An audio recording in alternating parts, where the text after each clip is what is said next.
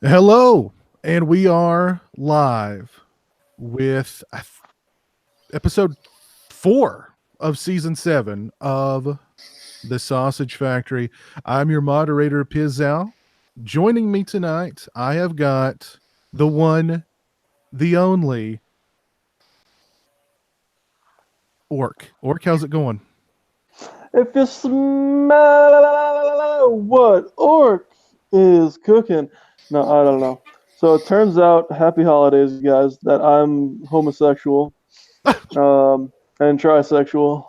But Trisexual. I'm going to keep it LGBLT friendly on the low. Does that mean you'll try anything? Show tonight. That's what trisexual means, right? Try anything? I'm trisexual and I film my events with real life events with a tripod. Cool. You can catch me on, this is a sponsored plug, on chatterbait.com. Thank you. Chatterbait.com/Orc the Tripod. Yep. Thank you. For everybody out there. Just in case you want to drop by. I hope you guys, one of the only logical things I'll say is I hope you guys are having a good holiday season. And same to everybody in the chat. Hope you guys are having a good festive season, you know? Word. Yes. The season here so far has been an up and down of odd temperatures. Today we got snow and ice, and then Saturday it's gonna be 60 and sunny here. So yeah. But Kentucky, no doubt about it. In the city of bluegrass, we keep horses trotting. Now let me welcome everybody to the Kentucky East. Okay, never mind, sorry. All right. Enough of that. Also with me tonight, sipping from his enormous coffee cup, is Jay the Stingray. What's up, Stingray? Good. How's it going? Good, man. What are we drinking tonight? This is Dark Magic, I believe. Dark Magic. How much caffeine is in that Dark Magic? I have no idea. Not enough. Never enough. Very nice. How's things going with you? Good. We're finally getting some chilly weather here as well, and it's going to do the same as it's going to do to you. Going to get back in the 60s in a couple days. So. Yeah, craziness. Perfect weather to make you sick. Exactly. Perfect weather to make you sick as a freaking dog. Yeah. Mm-hmm. Yeah. Also with me tonight is Cole. How are you doing tonight, Cole? I'm quite well, thanks. Yeah, it's kind of similar here. It's been a really warm fall, and yesterday was our first really cold day. And yeah, the temperature just keeps going all over the map. But we're gonna get some snow tonight, but it will warm up and turn into rain. And I don't know. But the really warm days are probably over. Probably 2 days ago. It's probably our last true, probably warm day of the year, I'd say. But which is fine because this is what I wanted all along. I really felt cheated out of my fall in October because it was so warm and wet and stuff. And also, people enjoy the leaves and stuff. And I wanted to show my girlfriend in Thailand the leaves changing color, show her pictures and stuff like that. But because of the temperature, it's kept it kept the leaves on longer, and without overnight frosts, overnight frosts really is what gives you the brightest colors, like the bright red. So I wasn't getting any of that, and then just everything kind of fell down all at once because there was so much wind and rain and stuff that it just stripped the trees. I felt like I got really cheated out of sort of like a nice autumn fall, but whatever. So bring on winter, I guess. I'm all for it. Yeah. And we've got possibly a couple of more people showing up tonight, running a little behind. So if we'll greet them when they appear. So let me see who's in the chat tonight, who's joining us tonight here. We've got Movie Man 95, DJ, we've got SB Payman 1, we've got Sibian Siegel, Josh O'Brien, Joe Bob Tarhill. Joe Bob Tarhill, tomorrow is his birthday. Well, happy early birthday, Joe Bob. Hope you have a very nice birthday. Jacob McCullum, how are you doing tonight, sir? Joe Bob says UNC over Kentucky. Do you mean as far as crappy weather is concerned, or some sort of collegiate athletic? What? I think he's talking about basketball. Oh, Or is okay. it football? I don't know. Not football this year. I can tell you that. Kentucky's got a pretty damn good team. Yeah, actually, Kentucky. I mean, I could care less about Kentucky athletics, but yeah, I'm surprised that Kentucky actually has a decent football team this year. They must have those guys on some serious roids or something, you know. Oh, of course. So Only the finest. only the finest roids here in the bluegrass. And Max Punishment's with us tonight. Max, how are you, my friend? Hope you're doing well. Red Band Cast, Steven, hope you're doing well also. Goodness gracious. So yeah. You guys see any good movies since last week? I did catch a gem called Blood Rage the other night, but I will save that for later. Very nice, of course. Yeah, I'm still trucking with my horror, so I'm like, I don't care that the Halloween's over with. I'm still going. So I've just started the Mirror franchise. That's a franchise? I didn't know there was more than one. There's four. Of course, I mean, I'm gonna just assume it's kind of a rule. Wow, I knew there was a part 2.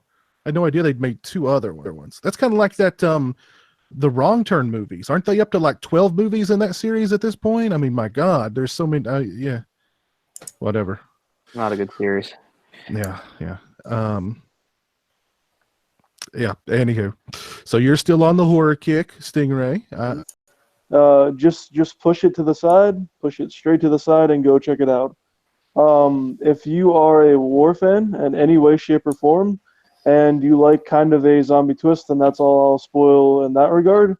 Go immediately and see it, because it'll be, once all these fucking shitty, I won't say that your favorite F word, Cole, but gay boy movies hit the theaters for the holidays, like Fantastic Fucking Noobs and Where to Find Them Part 20.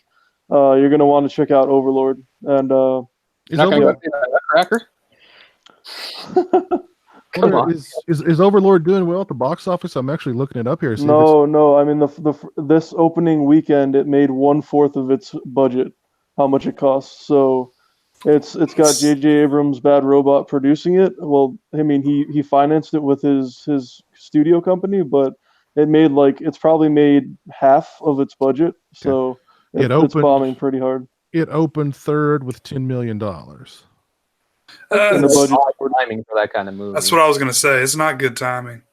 Tells you they didn't know what to do with it. You know, they should have tried to get it out like in August or something. I mean, I know like they didn't want to go against Halloween, and I guess that was pretty much it. But still, I think it would have been a little better. Yeah. And honestly, I mean, I didn't see a whole lot of promotion for that movie until right up until it was about to go out. So I mean, and I think with a movie like that, you know, because the promotion was just like, hey, it's World War II, and here's a guy with like half his face ripped off. Go watch it. You know what I mean? So I don't know. I don't know. I definitely want to watch it. Hopefully I'll get out to watch it this weekend. It's supposed to be nice here in Kentucky this weekend. So I might. Hopefully I'll get out to watch it. Yeah. You better go ahead and catch it, because it'll probably be gone. Probably be gone quick. Yeah. Yeah. What Jay's saying, like, just if you're on the fence about it, just think of like some of the most epic war scenes you've seen in any war movie, and then just throw in all the shit you love with horror, and then a few mixed, like, you know, twists and turns in the plot, and that should get you to see it. Even though I know my Downsy voice isn't really getting, you know, your attention, and if you're watching, but just take my word for it. Check it before it leaves theaters. It's worth it to see it in the theater too. The theater experience. Also, Hellfest. It was announced that Hellfest is coming out on Blu-ray early January. So if you guys missed Hellfest in the theater, as a lot of people seem to have, that'll be the place to check it out. I actually watched a movie called Death Kiss. Are you guys familiar with Death Kiss? It's got a guy in it that looks just like Charles Bronson, circa the first Death Wish. and it's kind of a kind of a I don't know if I want to say necessarily a parody of those kinds of movies, because I mean it's really over the top in the violence, and I mean it's very it was super fun. Like if you're a fan of the Death Wish movies or a Charles Bronson fan, you would enjoy it. It's a pretty fun movie. Death Kiss. Death Kiss, yeah. Just look it up. That dude looks just like freaking Charles Bronson. Did you guys ever watch the Death Wish remake? I did Don't not. know. I forgot about it. Yeah. Well, I liked it. I was Did kind you? of curious if anybody else. Yeah, I Heard heard about it wasn't as bad as the stupid trailer made it look. Like the I trailer, really liked it had Bruce Willis. but I don't know. I'd like to see it if I get the opportunity. Sure. I've seen like all of Eli Roth's movies come out in the past few years in the theater, like, and I'm not proud of that. I What are you still doing with your life? the only one that I'm somewhat curious to watch is the one with Keanu Reeves, where those two women like tie him up and torture him or whatever. Ooh, yeah. Because that one Like- just looks like that one looks just ridiculous. It and- has the the android, or not android, Yeah. but the Yeah. girl from Blade Runner. She's in it, so Oh, I love her Oh, so man. much. I would say if you're at all a fan of that, yeah, it's worth it for that reason. That's Knock Knock. Mhm. Yeah. Yeah, I'll watch it for her. Yeah. I love her. She's gorgeous. Jacob McCullum asks us if we've seen Bad Times at the El Royale. I don't think that was even playing anywhere near me. Same here. Not an option. Now I've heard really good things about it, but it wasn't even playing anywhere near me. Yeah, I mean, I like that kind of setup. So I mean, I would have been into it, but I don't think it's here. I'll check again. But Same thing with Suspiria. That's not playing anywhere near me. Like yeah, I heard, I love how with I'm Hellfest, really mad about that. I lost the theater that probably would have had it closed about a year ago, the Oxford. That totally would have been at the Oxford, and now it's gone. So I wonder what goes into like the advertising budget with films like the Suspiria remake and Hellfest. They're like, well, I don't know, John, we're gonna release this in 500 theaters and see if we make our money back. All right, here we go. Well, Good luck. Hellfest actually got a wide release. It just wasn't promoted. yeah, very I well. wasn't aware of it until it was in theaters. In the fucking city of LA and New York, is that their wide release? Holy shit! Yeah, I think with Suspiria had such a huge buzz before it came out, and since it came out, like I've heard nothing about it. I just assumed I'd be able to see it. It didn't even occur to me that it wouldn't play here. I just assumed, okay, it's Suspiria. I know it's a little out there, but it has some cachet. It has name recognition. I just assumed it would be available to me, and I'm super pissed that it's not. Yeah. The one good thing though, it is an Amazon Studios movie, so it will be available on Amazon streaming probably relatively. So it'll be available there first.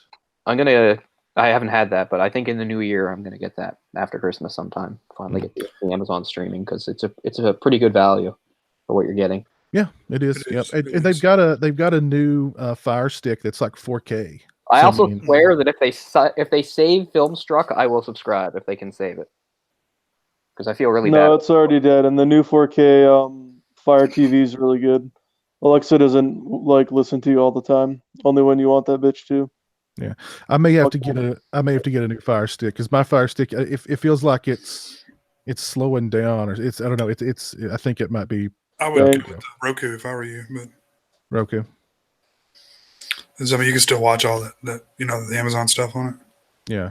Yeah, I'm not a fan of Apple, obviously. I'd say Roku's the best, even though I don't own one, just from what they have. Then I'd say Fire TV, and then Chromecast.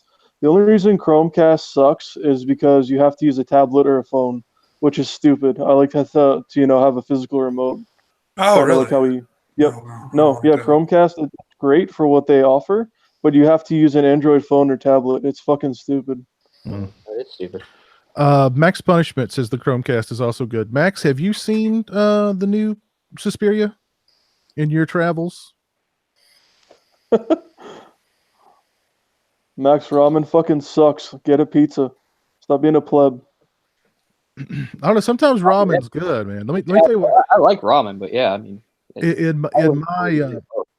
In my more frugal days, I'd cook me up like 2 bricks of ramen, boil me like some hot dogs, cut up the hot dogs, put them in the ramen, And I'd have something I had recently, and it was just random. Or I didn't have much food left in the house, and I had some ramen, and I cooked up like 2 like spicy sausages with it. I didn't cut it up and put it in. I ate them separately, and I was like, "This is surprisingly good together." It was not. I didn't do it on purpose. It was just kind of what I had. Okay, Kentucky soul food. Coming up next on Po Folks. See, it'd be good, man. I like chicken ramen and hot dogs, man. Good stuff. Good stuff. You know, Chicken. someone is really broke. I was playing Warcraft 3 with a guy once, and he's like, ramen? Are you fucking kidding me? That shit's so overpriced. I can't afford that shit. And he's just like, I literally eat a white pound, literally a bag of white rice that weighs a pound, and that's what he bought just to eat. And then he drank water with that, and he's like, yeah, I was pretty much shitting white. I was like, all right, cool. Let's get in a team game. Guys. Out on food. I mean, God. Max also mentions the NVIDIA Shield. Is that a streaming? That sounds like a PC gaming thing, but is that a streaming? That's what I'm on right now. What? That's what I'm on right now. That's what you're seeing me. Ah, okay. Yep. That's Okay. a tablet. Tablet, yeah. Okay. Interesting. I'm behind on all this fancy technology. Let me get out my flip phone. But yes, well, let's just go ahead and let's dive right into the show. And first off, we definitely have to mention the passing of Stan Lee. I mean, what can you say about Stan Lee? His impact on just the world in general. I mean, the guy was a legend. He led such an incredible life. He created so much and was so beloved.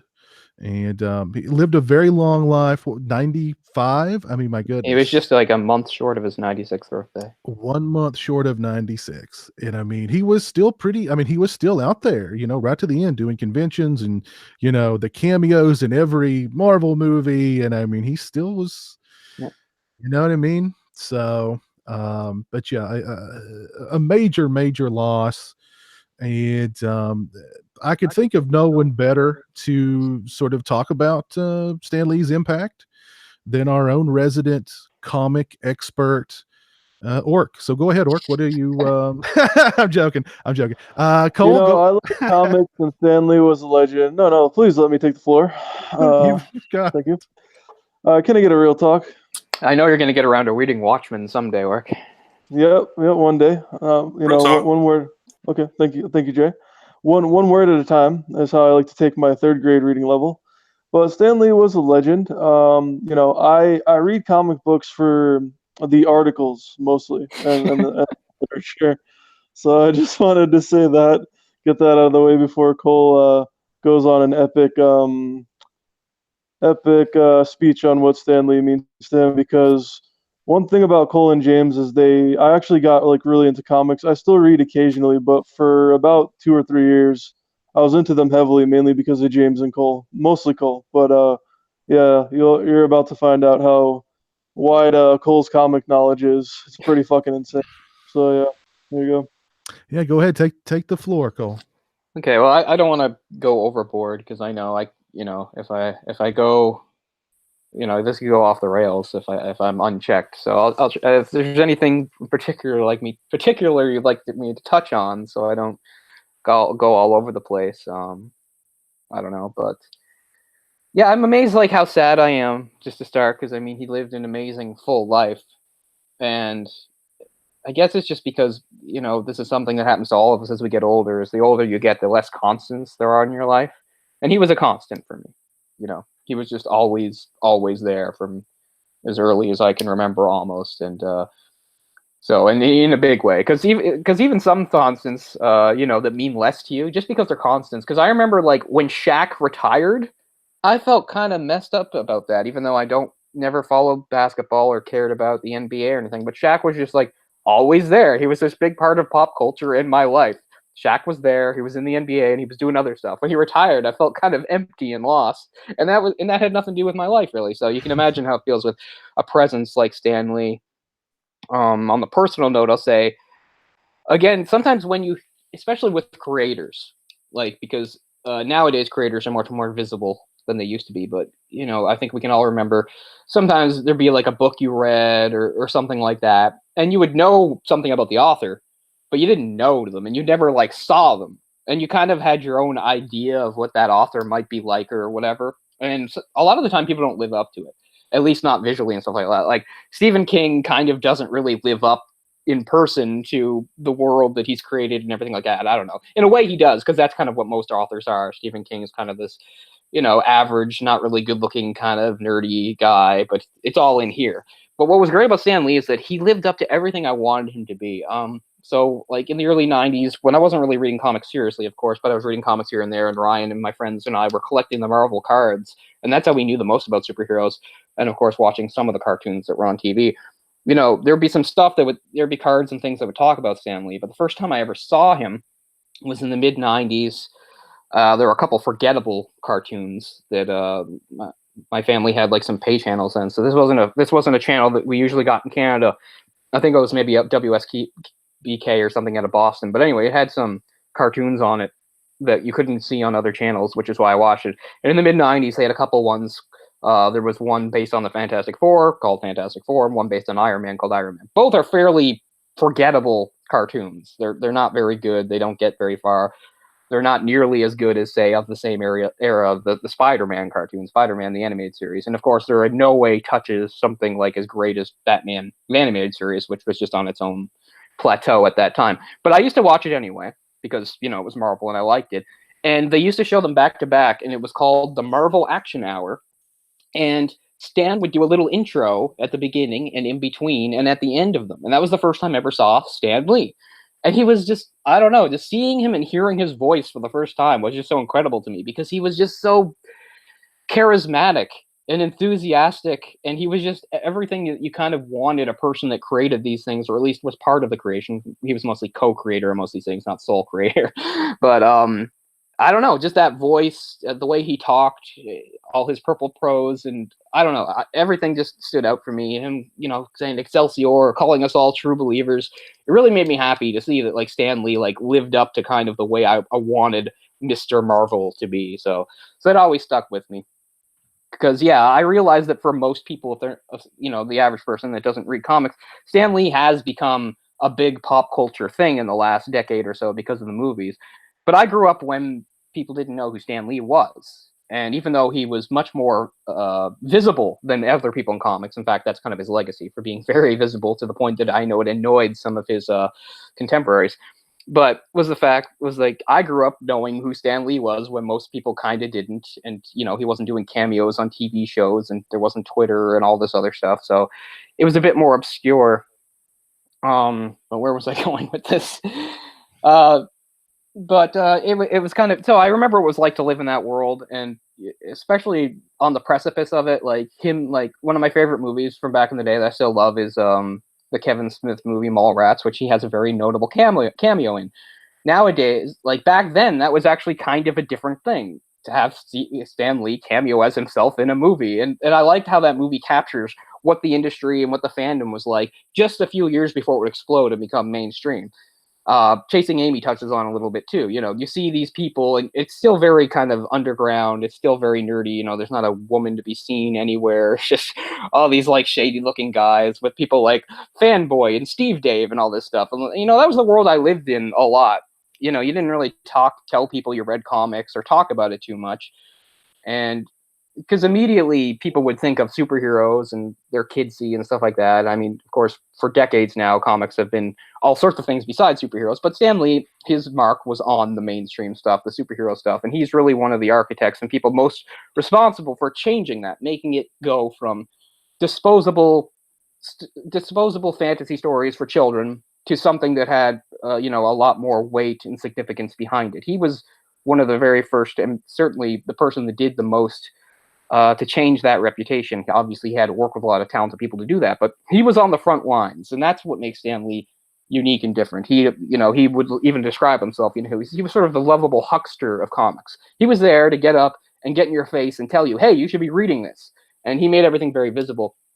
And his life trajectory is really interesting because you think, oh, wow, it's 96. So And he was 17 years old in 1939 when he first started working at Timely Comics, which would become Marvel. And he was just a gopher, kind of, as you might expect of a 17-year-old. And the reason he wound up staying on was because at the time, the two main artists were Joe Simon and Jack Kirby, who most notably for Marvel at the time created Captain America, which was a really big deal.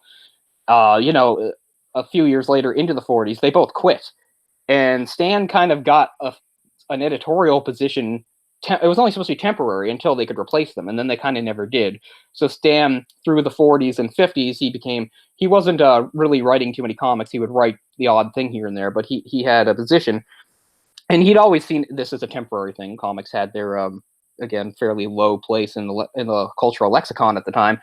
And he saw it as a temporary thing. He wanted to be a great writer. He wanted to write the great American novel. He wanted to be a serious writer. And comics was just supposed to be a stepping stone.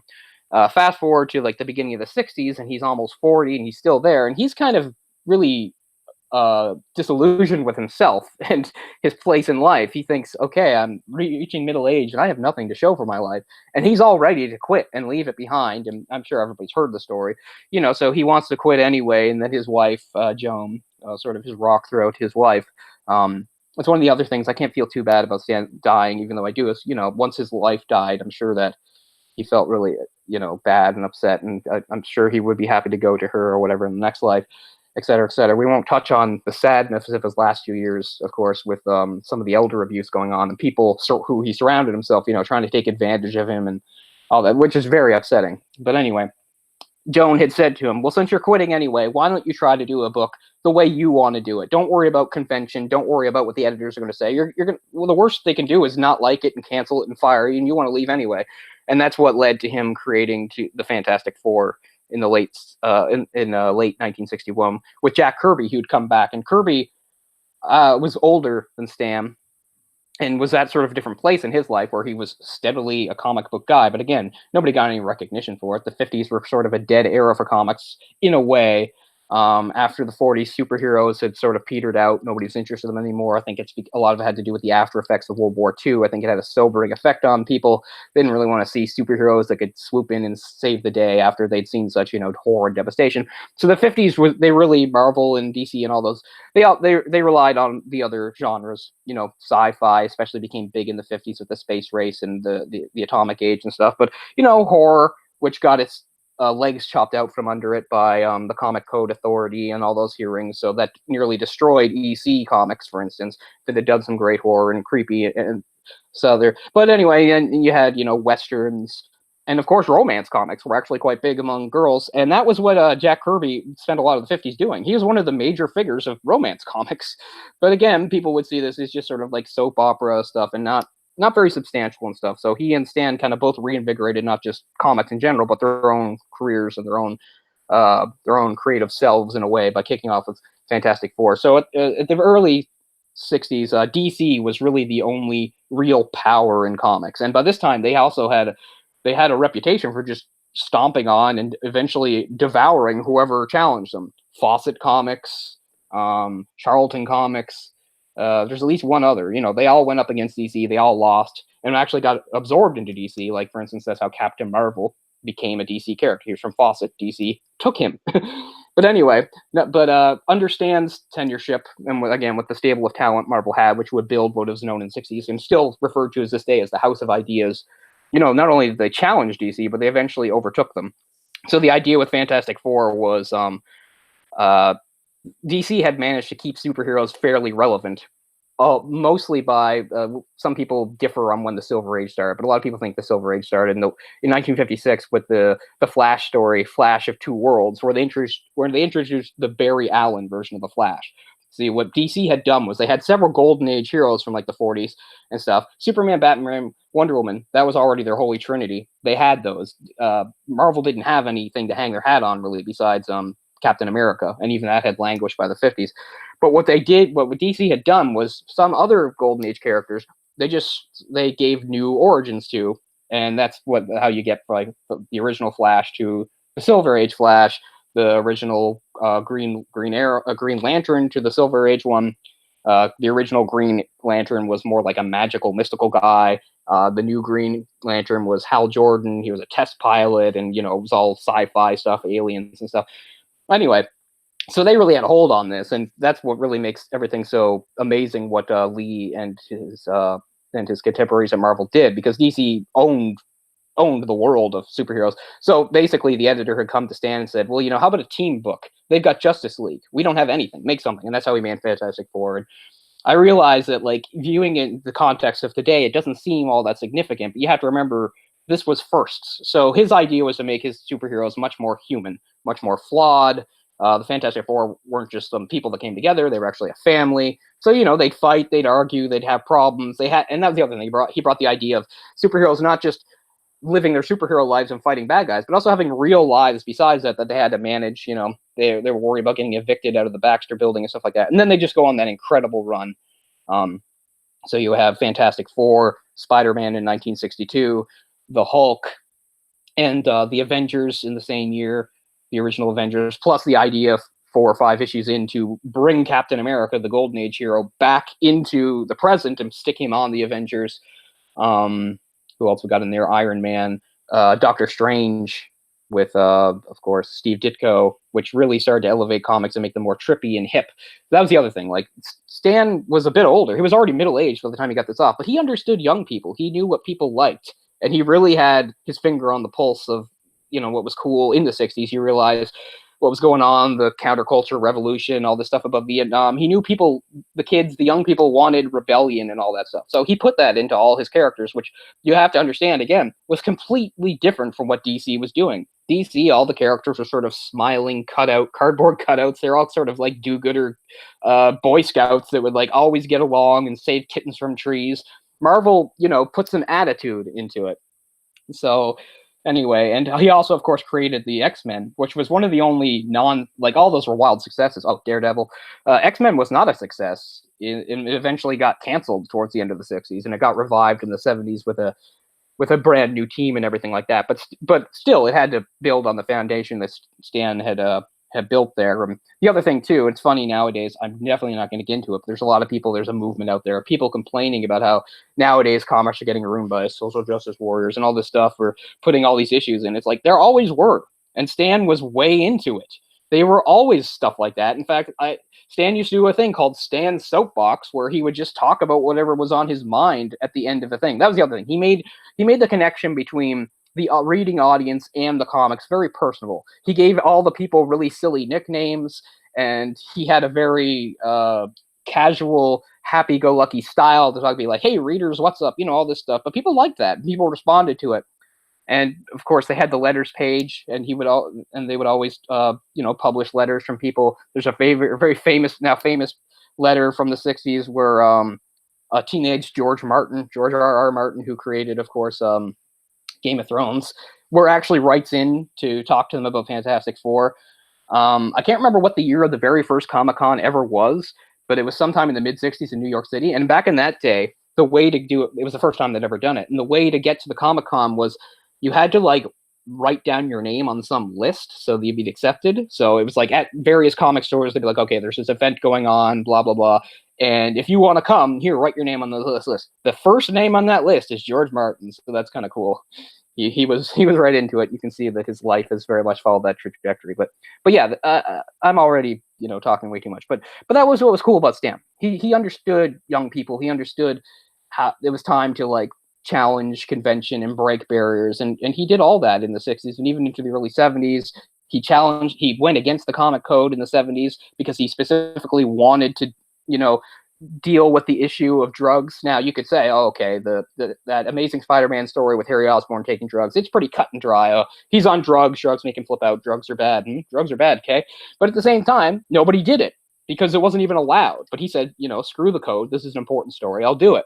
So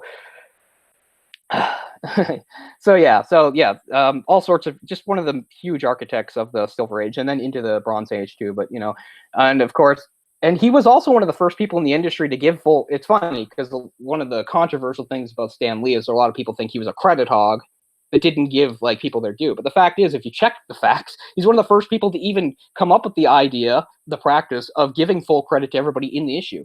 DC often might say a writer or artist, maybe, but you couldn't find the letterer or the colorer or the inker. Stan made all that visible. All the Marvel books had that. You had to say everybody involved.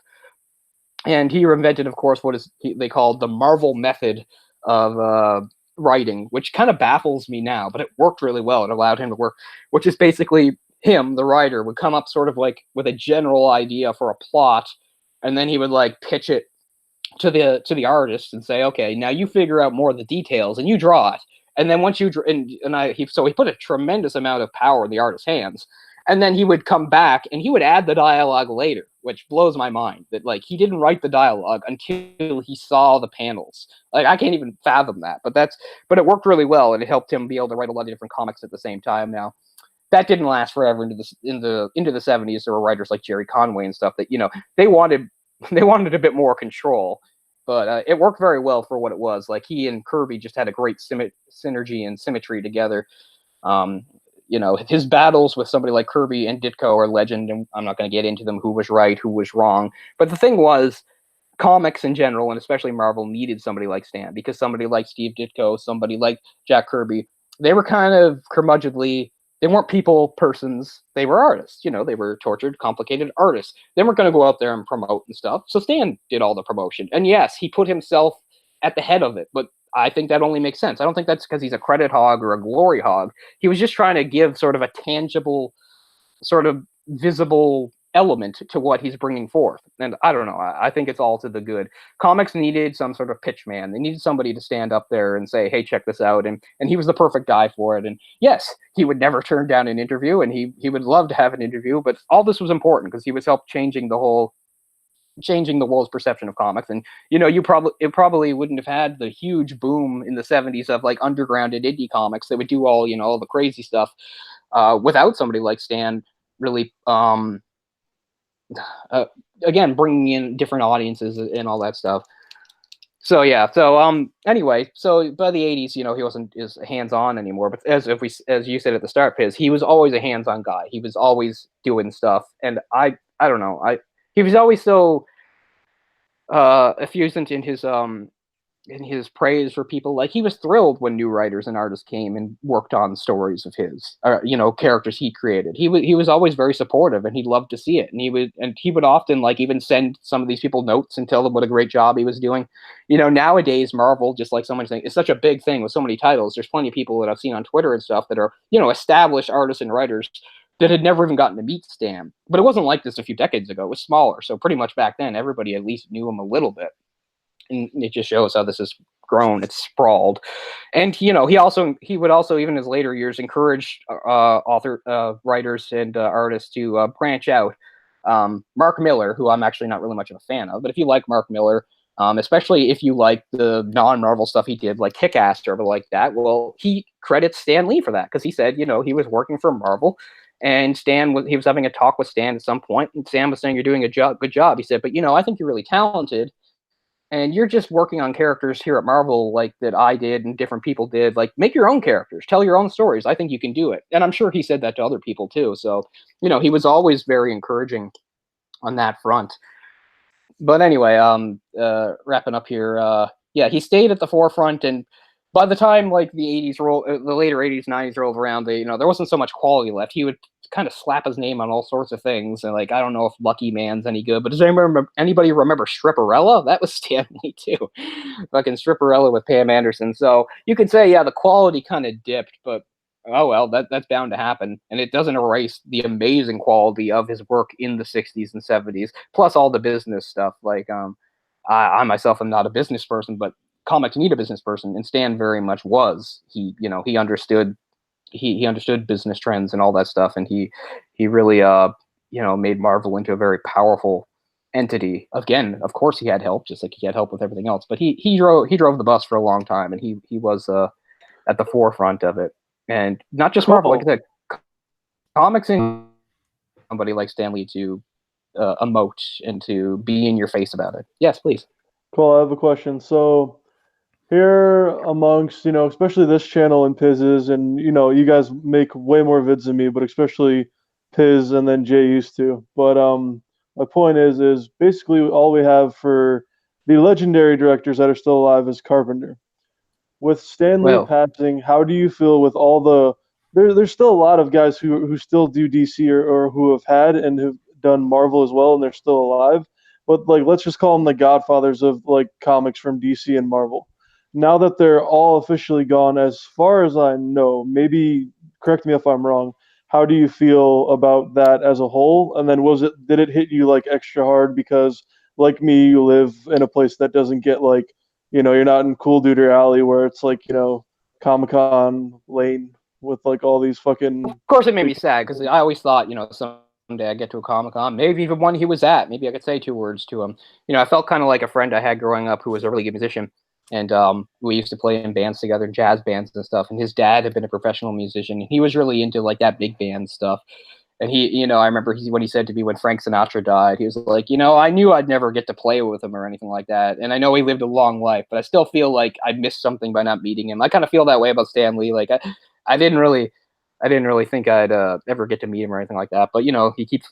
But if you were saying about like, as far as like legends or whatever goes, like yeah, there's nobody on his level left. Those people are all dead. He was the last of them, of the absolute like complete giants. Now there's people that could go into that, but yeah, there's nobody left. Like Kirby's been dead a long time.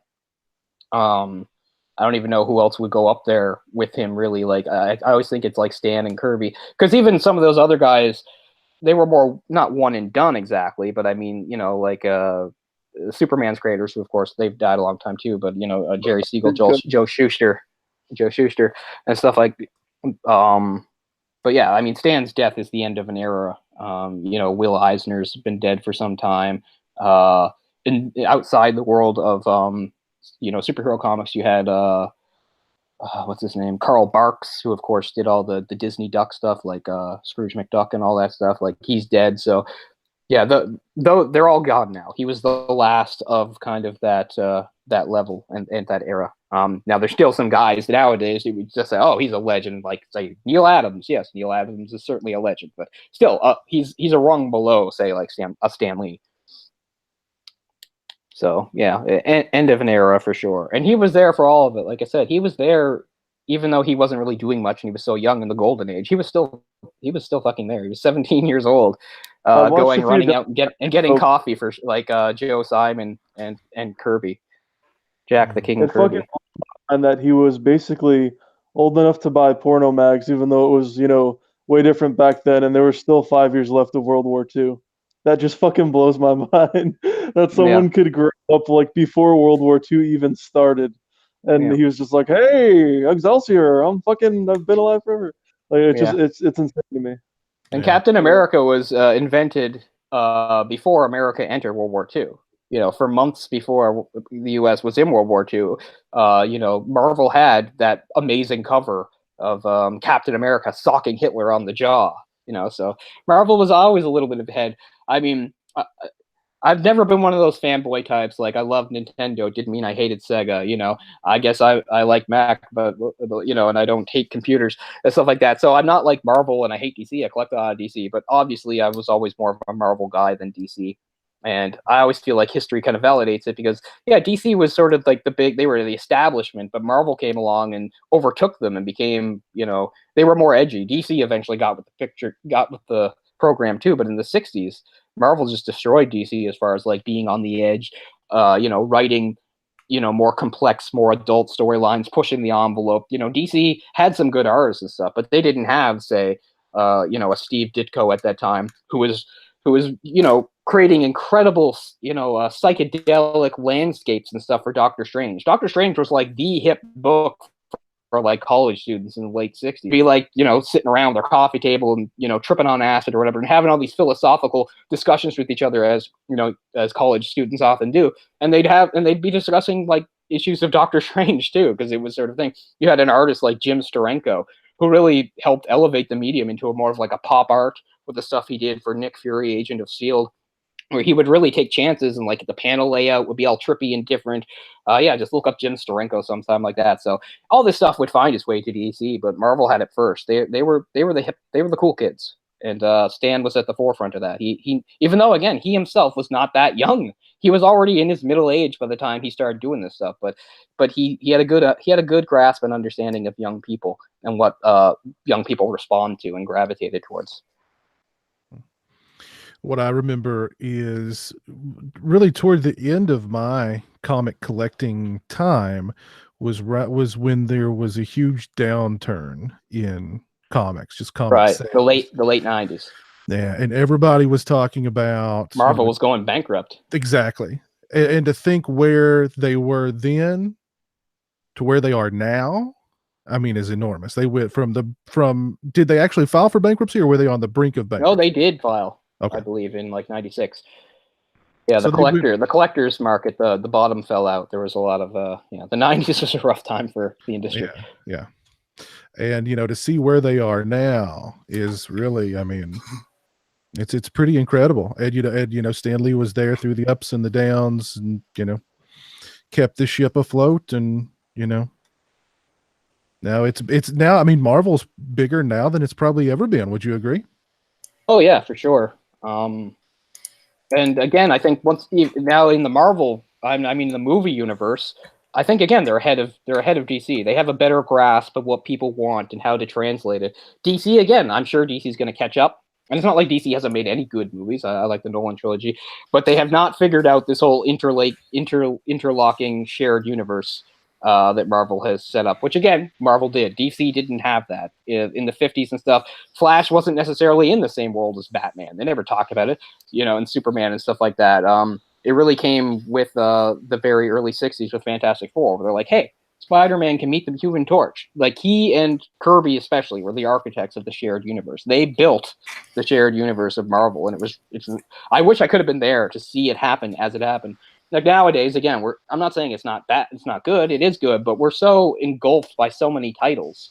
Even if I was super rich, I couldn't buy everything. But if I lived in the 60s and I knew what I know now, I could have just bought everything. I could just have pieced together the history of the Marvel Universe. I could buy every issue of Fantastic Four, every issue of Daredevil, every issue of Spider-Man. There's only one Spider-Man, Amazing Spider-Man. Spectacular didn't come into the 70s. And Webb didn't come in until I think the late 80s, early 90s, and stuff like that. Back then, they had one title per character, and it would run. So you could have... if I'd lived back then, it would have been awesome to just be able to buy all those and piece it together. Sorry, go ahead, Orc. People who have made comics, like all the creators, like who made Batman, the first one. Who created Batman? Bob Kane created Batman.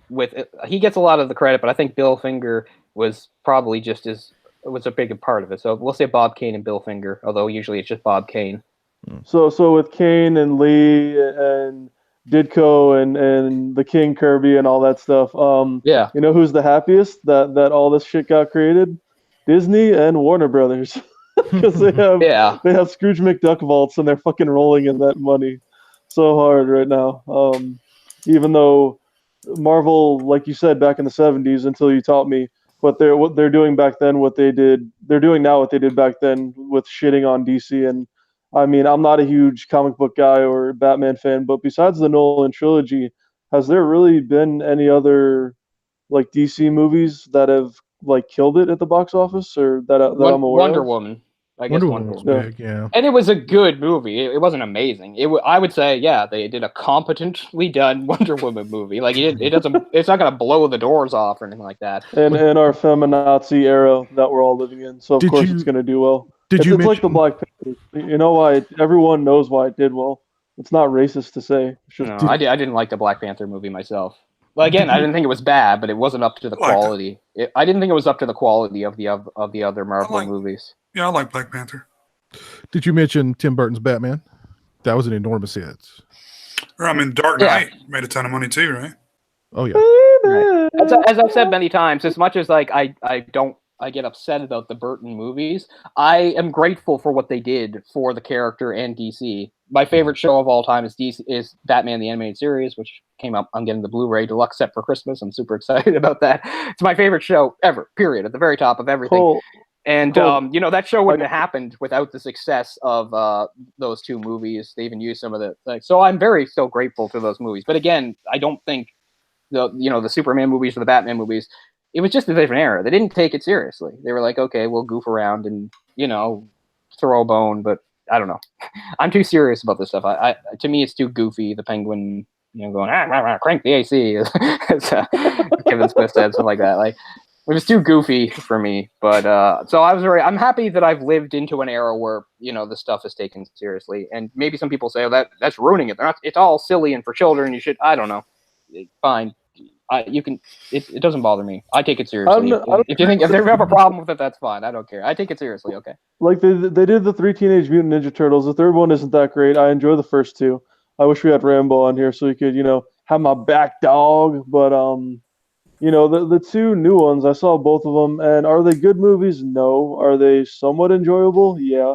But this whole it ruined my childhood thing, that's what everyone was saying with Halloween. They're like, I don't know, man, I might not like it, and it might ruin my childhood. I'm like, I don't give a fuck. I don't buy into the it ruined my childhood thing. Like, your childhood is what it is. Whatever they do now is not going to affect it, man. Like, I don't know. People, what have I been watching? I've been watching the She-Ra show. There's people bitching about the She-Ra show. I was like, She-Ra wasn't that good. I watched it. I don't like the animation. It's too different. I'm joking. No. Yeah. Actually, I don't like the art style either myself. But I mean, I'm not gonna I can't imagine getting that upset about it. Like, I don't know. I watched She-Ra. I actually watched She-Ra more than He-Man. I don't know why. Maybe it was a time thing. I don't know. But actually, I can remember She-Ra, and neither of them were good shows at all. They were just a bunch of crap thrown at the wall. It's like when people say that the big slashers, they should just they should stop making them. No, as long as it's not crispy fried Michael Myers motherfucker bullshit, or white trash making me being a Caucasian person seem like I should buy a trailer and have a bunch of family members that are all strippers and stuff. As long as we stray away from that, I want a continuation and more continuation to all the franchises I like and that I grew up with when video stores were a thing, and there weren't 18-year-olds looking up porn on their cell phone in history class. Kappa. Yeah, but I mean, certainly I'm unhappy when they, they do a new version of something, that I grew up with and it's not good. I'm not happy about it, but no, I don't freak out and say it's ruining my childhood. I watched them make terrible Transformers show after terrible Transformers show, and it doesn't have me wringing my hands and freaking out. I still like the original show, and I don't really like what they've done with Transformers in the last while, or the live-action movies, but wait, did you pre-order your tickets yet on Fandango for Bumblebee, or no? I think I'm going to go see Bumblebee, to tell you the truth. What a lame-looking movie, man. I'm interested. I've not seen the trailer or anything. Is there a trailer out for it? Yeah. Oh, yeah, there's been trailer up for forever. Oh, not an explosion to be seen. Oh my god. Maybe it's just a lie, but to me it looks like it's going to be different. So I'm interested in it. But that was a very informative, very well done eulogy for the late great Stan Lee. Excelsior. Exactly. Right. Excelsior. A legend. I want to give a big shout out to Trent O'Gwyn, who is a big fan of ours. Thank you for tuning in. Thank you for being a fan. We appreciate it. Go ahead, Singer. What were you going to say? Oh, nothing. Oh, okay. So, thanks for being a fan, Trent. We appreciate it, man. Jerpin has joined us tonight. How you doing? Don Rivez or Rives has joined us. Hope you're doing well, too. PlayStation 9 has jumped on. How are you doing tonight, sir? The White Trash Jedi. That's a good name. That's a good name. Hey, Rob, watching our show. Poggers in the chat, boys. Poggers in the chat. Brandon Dvorak says, I respect the sausage. Very good. Our buddy Jewel has joined us tonight as well. Hope you're doing well.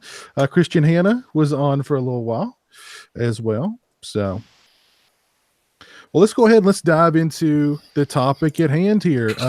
Thanksgiving is right around the corner. And first, let me ask you guys, deep fried turkey, ever tried it? Every year. Okay. I've had it before, not for Thanksgiving, but I've had it. Okay. I've never had a deep fried turkey. I did have just about, a couple weeks ago, my very first deep fried Twinkie. And let me tell you, it was euphoria. Mm-hmm. Every bite was pure euphoria. Now, I did sprinkle some PCP on it. So No, but at very first ever. Fucking rookie should be cocaine. Fucking noob. But your very first deep fried Twinkie. That was an interesting. That was interesting. Put some MSG on top of there. Good stuff. Yeah, Good. you know, like when you go to restaurants, here's an orc real talk moment. Real talk, Jay. That's real talk. When they say no MSG or there's an MSG with a little fucking, you know, like cross and you know, a little line going through it, like kind of like we don't serve MSG. That's just fuck that. I actually did They're- some research on that. I don't really think it's like proven that it does damage. If my It's like a food doesn't, natural thing, right? It's like a natural thing in meat, I think. yeah, but if my food doesn't come from Madison Square Garden, then fuck it. I'm not eating there. Fuck that shit. Yeah. I mean, if it's not full of nitrates in a can, I don't want it. Yeah, I want my chickens, my pigs, my cows, my lambs, baby lambs, fucking injected with the finest of Steroids. Schwarzenegger steroids this world has ever seen. The finest Or- of the finest GMOs. Everything needs to be genetically modified. That's a fine steroid. America's the best at sports, especially basketball. Hell, we're the only ones who play football. You know what's in that corn? I don't know either, but that's what makes it so great. America, fuck yeah! Did my webcam go out? Can you guys still see me? I just see a sausage, but it's not as sexy Yeah, as your face. you are Yeah. invisible. Yeah, I don't know. My webcam's acting strange again. There I am. There you are. There I am. So yeah, deep fried turkey. I've never tried it. I'm not a huge turkey guy. I mean, I like turkey, but I mean, it's you know, it depends on what's served with it. I pretty much only eat it at like the appointed times. Yeah. Occasionally, I'll eat like a turkey sandwich. But for many years, my brother Jeremy and my sort of tradition has been Cracker Barrel for Thanksgiving. So they do a pretty good Thanksgiving meal. No cleanup. You get plenty to eat. No dishes. You know what I mean? So always a good thing. And Jeremy digs it. He usually, he loves his ham. He loves his green beans. He loves his, you know what I mean? He'll eat a little bit of stuffing. His cornbread and his biscuits. He wants both cornbread and biscuits. So. Oh yeah, those are good. Oh yeah. Well, apple butter on them biscuits, man. Can't beat that. So. Yeah, I love Cracker Barrel. And of course, around here they do Turkey Thursdays. Every Thursday is Turkey Thursday. They do that in your neck of the woods. I do. I'm not afraid to admit it. I don't give I a fuck. love the Harlem Globetrotters. What? Nothing. Okay. It's only on VOD. Max Punishment says brined turkey can't be beat. Never tried You want to brined know turkey. real talk moment number 29. If you're just trying to eat turkey and not like drown it in barbecue sauce or have it for a special occasion like Thanksgiving, if you go to a lot of delis or meat sections at the grocery store, they have black pepper turkey, and that's the shit. Get some American cheese. Ooh. Man, I like black pepper chicken, so yeah. Yeah, it's the same thing. Cool. It's just obviously with a turkey flavor, but the amount of black pepper turkey I inhaled while being dead on Friday the 13th, while Jay's like making the dumbest jokes, making me laugh my ass off, and I almost choked dying on pepper turkey. I probably like ate maybe 50 pounds of that for the 1 year that they lied to us and we had a good run. Gun media, you fucking fuck. Damn it. You did eat quite a few sandwiches. Yep. Whenever Orc died early in a match, he would just go eat. Yeah. So if you ever play Friday the 13th, because it's like 5 cents right now, because some Japanese company owns it, and they're going to cash in off of Mustache Boy and all of his fuck ups in his life. Making a sandwich is great because there's with Jason spawns, he'll spawn right on top of your fucking dick, and then he'll kill you in 2 seconds, and then you have 19 minutes to go make a delicious sandwich. So bagel bites are good too. Pop those in. Beep, beep, beep, beep, beep. Good to go. Joe Bob Tar Cracker Barrel does have awesome breakfast. I usually do the sunrise sampler, or I get the French toast breakfast. Pancakes are good. Hash brown casserole. Oh, hash brown casserole is good. Good stuff, man. Good stuff. Well, let's go Now I'm ahead. excited. Oh, I was going to mention too. Jeremy likes the deli cut turkey, and he'll just eat the pieces, just the Really? turkey. Yeah, he'll just open the thing up and just eat the turkey. No bread, just the turkey. So, Well, if you guys want to have a good time before Thanksgiving, go look on YouTube at people frying turkeys mm-hmm. and how they managed to screw it up so terribly. How they To the- managed to Themselves almost third-degree burns. Yes, Pretty funny. Yeah, almost kill themselves. Yeah. Also, guys, let me give you guys out there a warning. This is off topic, but let me give you guys a warning out there. I recently had some issues with my furnace, my heat. I had no heat in my house for about 24 hours. I had a guy come and take a look at the furnace. He looked at it, and the very first thing he did, he went, "Ooh," and he shut off the gas really quickly.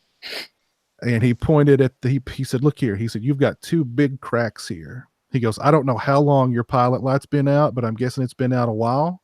And these two big cracks have been pumping carbon monoxide into your house for I don't know how long." Oh, crap.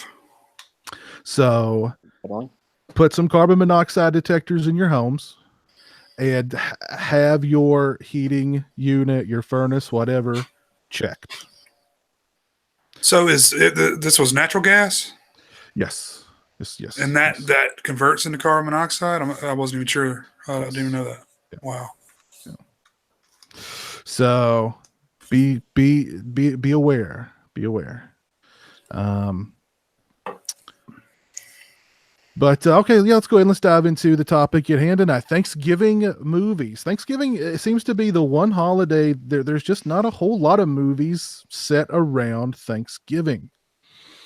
So let's highlight some good Thanksgiving movies that you guys can watch this Thanksgiving. Stingray, why don't you go ahead and get the party started? Well, I mentioned Blood Rage, and I gotta say, man, I think Blood Rage is like one of my new favorite slashers. Like, I don't know how I haven't seen it before now. And I was actually Googling some images and I actually came across Piz's review of it. And I was like, who in the hell is going to review Blood Rage? And of course, it was Pizzo. But no, man, it's solid. It's got amazing gore effects in it. I mean, I feel like if the acting was just a little bit better, the acting's like terrible, but it's funny, you know. And it's got great nudity in there. I mean, it's perfect, man. It's got everything an 80s slasher movie should have in it. And it flew under the radar for me for so many years. And watching it, I was blown away. Like you said, the practical effects in the movie are really freaking good, man. Like, I don't want to give too much away, but there's like somebody gets cut in half in the movie, and it's freaking awesome, dude. I mean, the body count is huge. The body count is huge. The guy who plays the killer is he's like having the time of his life. You know what I mean? Just annihilating these people. I gotta say, man, dude, whenever something happens and both of the twins are, kind of near each other, I'll say without spoiling anything, it always happens. It happens a few times in the movie. I'm fucking dying laughing. Like it's at the beginning, and then it happens. Man, the spoilers, man. I'm not gonna drop any spoilers, but man, that ending, like the ending after the ending, oh man, it was perfect. It was fucking perfect. The movie, the credits roll, and I was like, that was an awesome movie. That's easily a top 10 slasher. Yeah, easily. Yeah, great like slasher. The score is great. It's got like a synth score going the whole time. It's really, I mean. And like the mother, she is having like the most intense mental breakdown that entire movie. It's almost like they, like she's shooting for an Oscar in this movie. She's going all out. It's like the most intense mental breakdown you've ever seen in your life. While her son is just gleeful, so gleeful that he's just annihilating these people, man. Love it. God, it's so good. I'm Tim. Oh man, it's great. It's great. I want to spoil it so bad, but I'm not. I'm really attracted to you, and oh no Well, shit. the mom, like, they're having Thanksgiving dinner, and she's wearing like the lowest cut dress. Like, I mean, it's so inappropriate. I mean, you got them, flaunt them, sure, but it just seems like not the right time to be doing that. Like, when you're having your family over and your tits are out. Yeah. I wasn't complaining, but Yeah, it's one of those. Like I said, I've seen so many 80s slasher movies. And the fact that one flew under my radar for so long, and how freaking good it is mind blowing.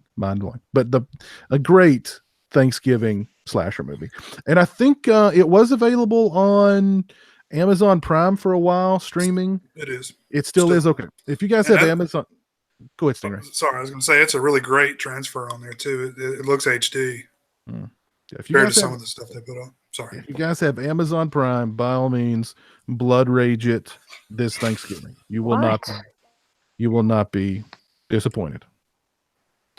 I mean, if you like to see 45-year-old people playing like high school students, like it's Yeah, absolutely. What else you got on your list, Stingray? oh man, it's pretty thin. I see a lot of people mentioning planes, trains, and automobiles. In the It's chat. the only one I've seen. That's definitely one of my favorites. Gotta love it. Yeah, no doubt about that. Got a good horror movie selection, a good comedy movie selection. Stingray, hit us with a drama. Let's go with a hard hitting drama here. I want to cry. I want to feel something. Okay. Someone said Hannah and Her Sisters is a Halloween movie, which I've never seen, but it sounds like a drama. Yeah, I've seen that. That's Woody Allen. Oh, is it? Okay. Woody. Okay. So it's like a drama with weird, quirky, humorous moments as you might expect from Woody Allen. It's pretty good. Beethoven. Does it take place at Thanksgiving? I can't really remember. That's what Movie Man 95 says. I mean, Rocky takes place over Thanksgiving. Is Rocky a Thanksgiving movie? That's the old adage. Yeah, Christmas is in the movie, but it's not really like a Christmas movie. Yeah, but you have to do it with Thanksgiving because there's so few. That's what I'm saying. So Rocky's probably the best Thanksgiving movie I've seen. It will be for me this year. I'll tell you that much. I'm pumped for Creed 2. I must play a cute. You killed my dad. Oh! I like that it's just called Creed 2. It's not called Creed 2 Redemption Payback Reloaded. Whatever. It's just Creed 2. It's not Rocky 8. Is Rambo going to be called John Rambo or Rambo 5? Have they decided yet? I thought I'm it was sure John Rambo. they're still really working hard on that title.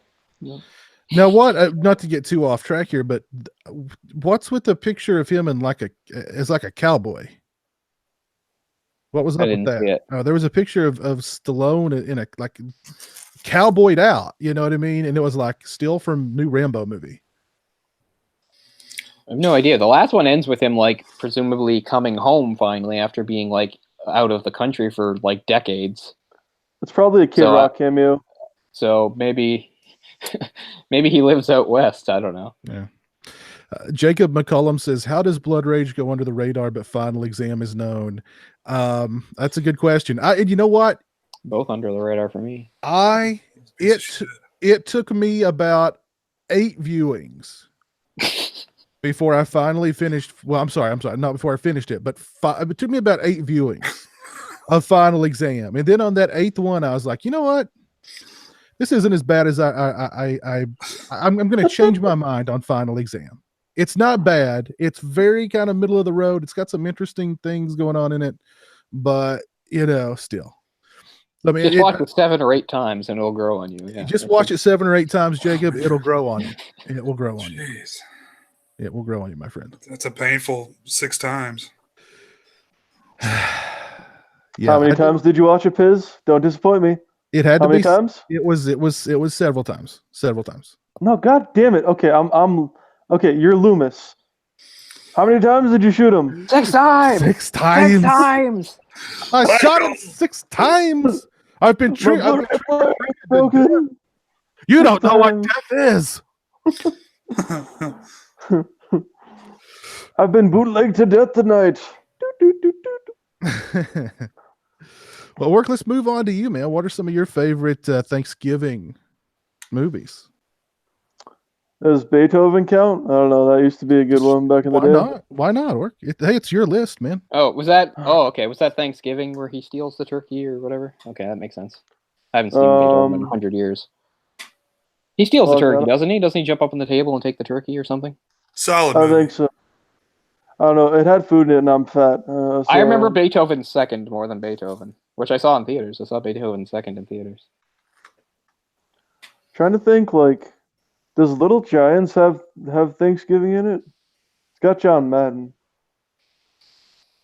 I don't know. John Madden's kind of like Thanksgiving. He's the universal symbol for Thanksgiving. Boom!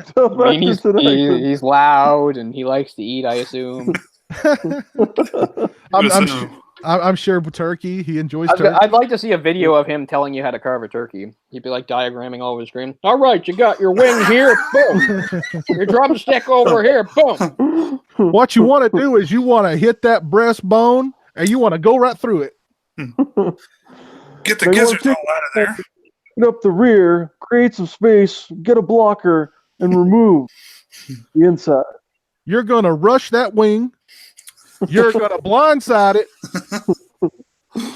directly into my mouth. You're gonna Sandra Bullock the fucking hell out of this fucking drumstick right now. 32 blast. Said Hunt. Cranberry sauce. Oh. The cranberry sauce. That was it. Just say stuffing. Think of the stuffing as your fullback. So you put some stuffing on there, then you put the turkey on behind the stuffing, and you just rush that right into your mouth. Now, boom! You got your mashed potatoes, and these are your offensive linemen. I would like pay him to say things for sure. Like, you know how they like that the Honest Trailers guy, people can ask him like to say stuff with his voice. Like, I want to get like John Madden to say things for me.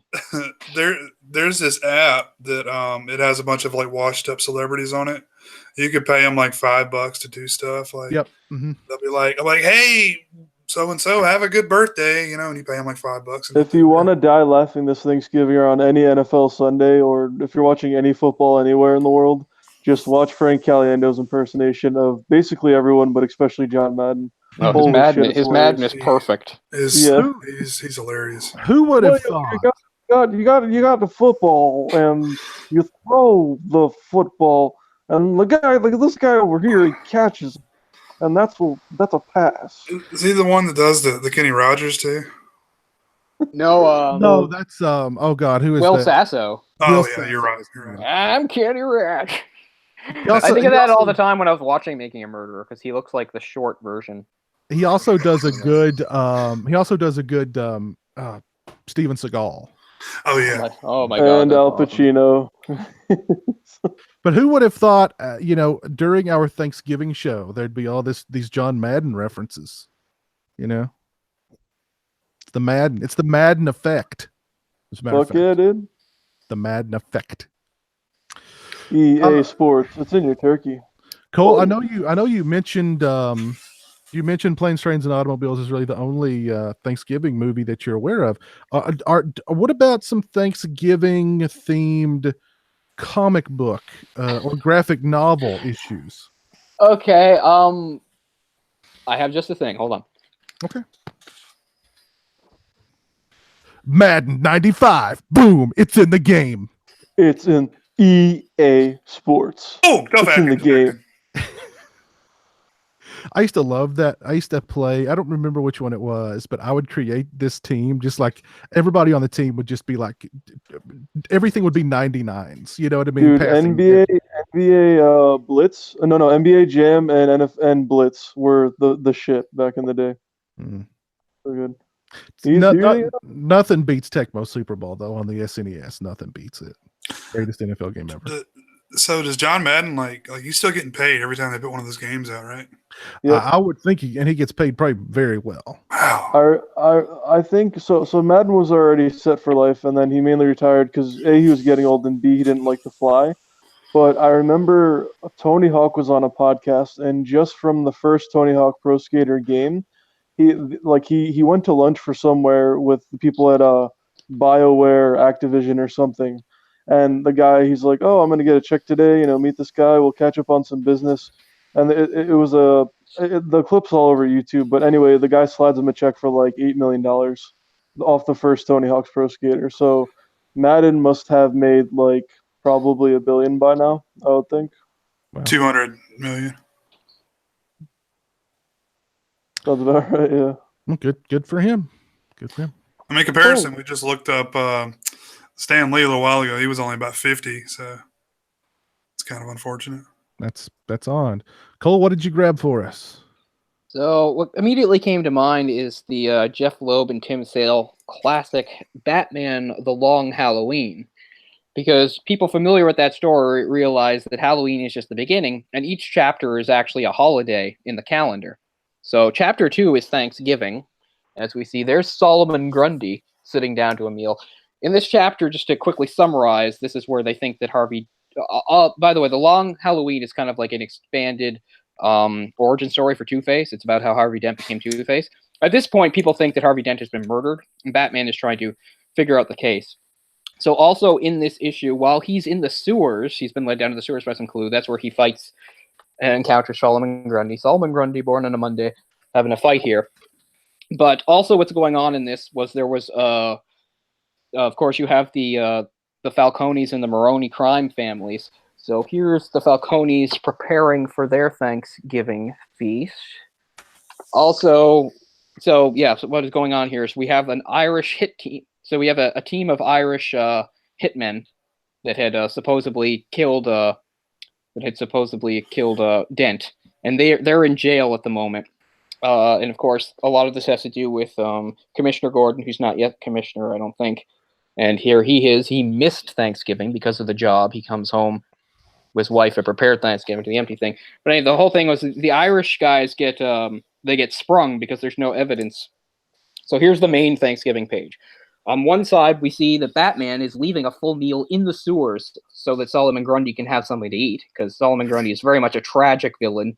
He's not out to really hurt anybody. And as we see here, they're having a celebratory feast for Thanksgiving because they all got sprung out of jail because they couldn't hold them. And then, of course, it ends with them. An unseen assassin, the murderer known as Holiday, comes in and shoots up the joint. And kills them all. So that's immediately what I think of for Thanksgiving in comics. There's probably other references, but that has to be the most well-known and famous one, and certainly the only one I own. But each one focuses on a holiday. You've got Christmas, St. Patrick's Day, Valentine's Day, yada yada. But that's Thanksgiving in comics. Very interesting. Cole, and this is completely off topic here too. Your thoughts on Joaquin Phoenix in this Joker movie that they're making? Have you seen the pictures of him as Joker? I've seen the pictures.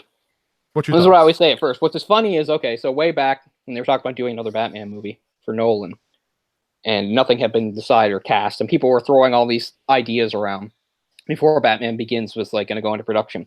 At the time, I wanted... what the hell is his name? Okay, he's an underrated guy. He's in LA Confidential... Guy Pearce? I wanted Guy Pearce as Batman. That's who I wanted for Batman. And I thought if there's a Harvey Dent, it should be Joaquin Phoenix. So I wanted him to be Harvey Dent and then eventually Two-Face. That's the way I always saw it. So I don't know. He's a very, very good actor. So I think he could do it. I don't know. I mean, if any villain deserves his own movie, it is the Joker. He's easily the most famous comic book villain of all time. They've made comics series about him. There's the graphic novel by Brian Azzarello called Joker. So, I mean, some people are like, a Joker movie? Really? No, it makes perfect sense to me. We already did Suicide Squad. I don't know. The pictures don't look that great to me, but I have some confidence in it. He's not who I would pick, but he's a very method guy. So I think he's the type of guy that would really get into the role. So we'll see. I haven't really disliked any interpretation of the Joker I've really seen except Jack Nicholson. I really hate Jack Nicholson's I do Joker. too. I hate it so much. And it's really a lot on him because there's some actually well-written stuff that fits with the Joker. It's him, and it's just Jack Nicholson being Jack Nicholson, and I can't get past it. He has some really good moments. I like him destroying the paintings. That seems like a Joker thing. I love the great moment where things are going wrong, and he's next to his main henchman, Bob, and he goes, "Bob, gun." He hands him the gun. He immediately shoots Bob. Yeah, very Joker. But unfortunately, it doesn't come across for me. I prefer Caesar Magero or whatever the hell his name is from the 60s Caesar Batman. Romero. Yeah, I prefer him as the Joker, and he had a fucking mustache under the Yes, makeup that he yes. wouldn't shave. I prefer him to Jack Nicholson. No disrespect to Jack Nicholson as an actor, very good actor and stuff, but no. But I've seen lots of interpretations I like. I don't even really hate the Jared Leto one. I think the Joker is one of the very few sort of fluid guys, and as comic books go, you know, he's drawn differently, he's written differently. I'm kind of used to it. I'm not used to always there being it's fluid, so I'm a little more open to it. When I saw the Joker, he needs more face tattoos. That was the first thing that I thought of. The other thing I like about the Nicholson Joker is after he shoots, he shoots his henchman. He's like, I'm gonna need a minute, like he just killed the guy, but he's gonna need a minute to mourn him, after he just killed him. You know what I mean? Because he had a bad day. It's like Jack Nicholson's just playing Jack Nicholson. Yeah, and that's really what annoys me about it. And again, Joker is very gaunt, and Jack Nicholson's kind of chunky and hefty in that movie, and really throws me off. Well, and this Joker movie appears to be an origin story of how I don't like that. I don't like that at all. I'm fucking tired of origin stories, man. I'm tired of giving origin stories to characters that didn't have them for decades. Like, I was super bummed when they gave Wolverine an origin story. I always was happy that Wolverine couldn't remember. I didn't like they're like, okay, now we're going to show. I liked that. Like, I mean, I'm glad they showed us some things, like how he got the adamantium and stuff like that. But I mean, like where he came from, who he is, that's all out there now.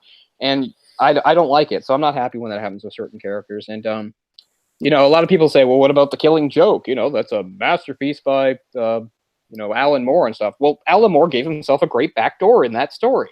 Because the Joker basically says, maybe it's my origin story, maybe it isn't. Like, he leaves it, and he always says, sometimes I remember it one way, sometimes I remember it another way. And he says, when it comes to my life or whatever, I always prefer multiple choice. It's a great line. So they're not saying, oh, this is definitely what happened. They're saying, maybe this happened, maybe it's all in his head, he's crazy. And they do a good job of that in the Nolan films. Because remember, he tells conflicting stories, and that fits with Joker. So I don't like them saying, here's definitively the Joker. I don't like that one bit.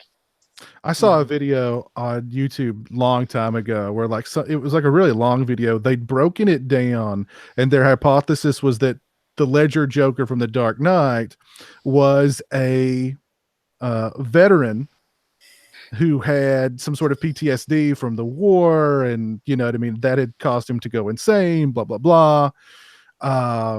It's fun. People can speculate. That's why it exists, so that's fine, I guess. I remember people saying something similar to that about the movie The Hitcher, which is great. They don't tell you who what is his name? John Ryder.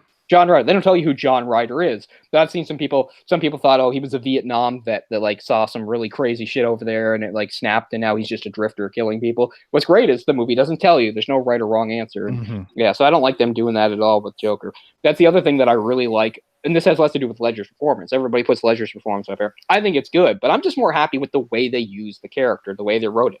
Because so many of these things today, and even the Marvel movies are guilty of it, they always, always, always feel the need to create some sort of personal connection between the good guy and the bad guy. They have to have, and that's one the other thing they absolutely ruin in Batman. Oh, he's Jack Napier. Oh, he killed your parents. Like, fuck, no.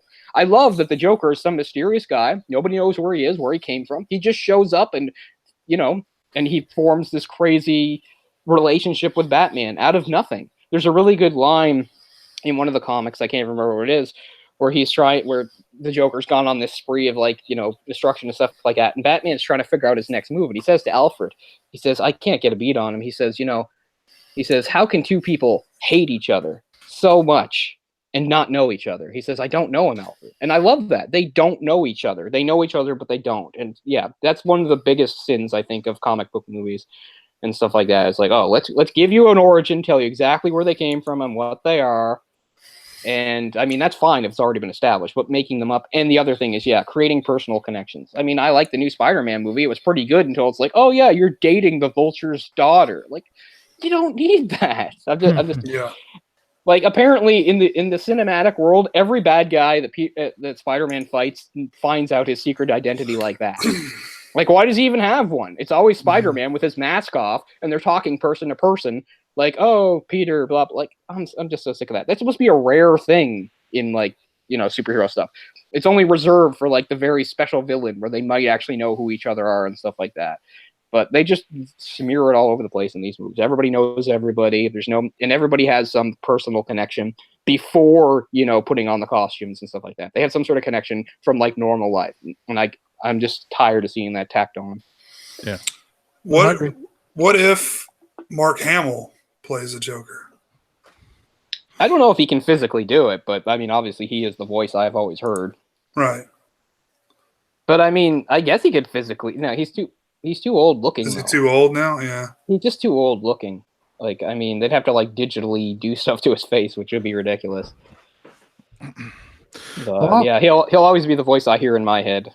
And again, it's not like other people haven't done some good versions. Just like I love Kevin Conroy, his voice I might heard in my head, but I've heard some other decent good voices. In the Batman game that doesn't have him, the prequel one, what is it called? The one that's the prequel. It's one of the Arkham games. It's the prequel one anyway. It's supposed to be early in Batman's career. Anyway, it's like the first time he ever meets the Joker in that. Anyway, whoever did that guy's voice is pretty good, and it's completely different.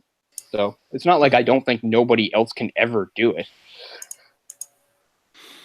Well, I'll go ahead and give some of my Thanksgiving picks, and I mean, of course, at the very top of the list would be Blood Rage. Of course, again, It's on Amazon Prime. Go check it out. This particular Blu-ray from Arrow is out of print, but they do have another Blu-ray that is in print. Definitely look into either one. Great movie. Another Thanksgiving horror movie. Some of you may have heard it. It's never made the jump from VHS to anything else, at least in the States that I'm aware of, is Home Sweet Home. I think you can actually watch it on YouTube. I think it's on YouTube. The Home Sweet Home it stars the Body by Jake guy as this. We're off to a good start. As this psychic.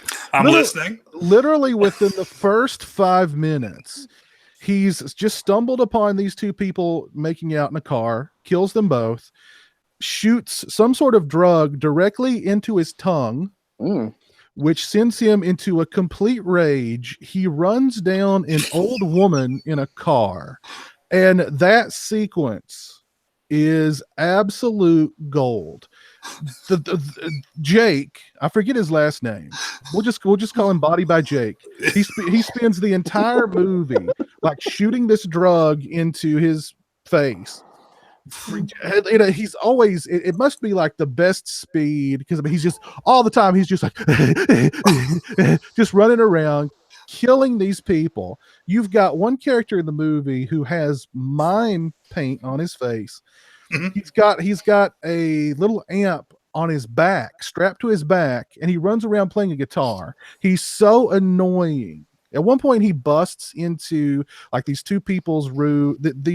He barges in on this bedroom where these two people are in there engaging in coitus, and he starts playing his guitar. And it's a really bad movie, but it's one of those movies you watch it and you're like, everybody making this movie must have been shooting something into their tongue, because it's insane.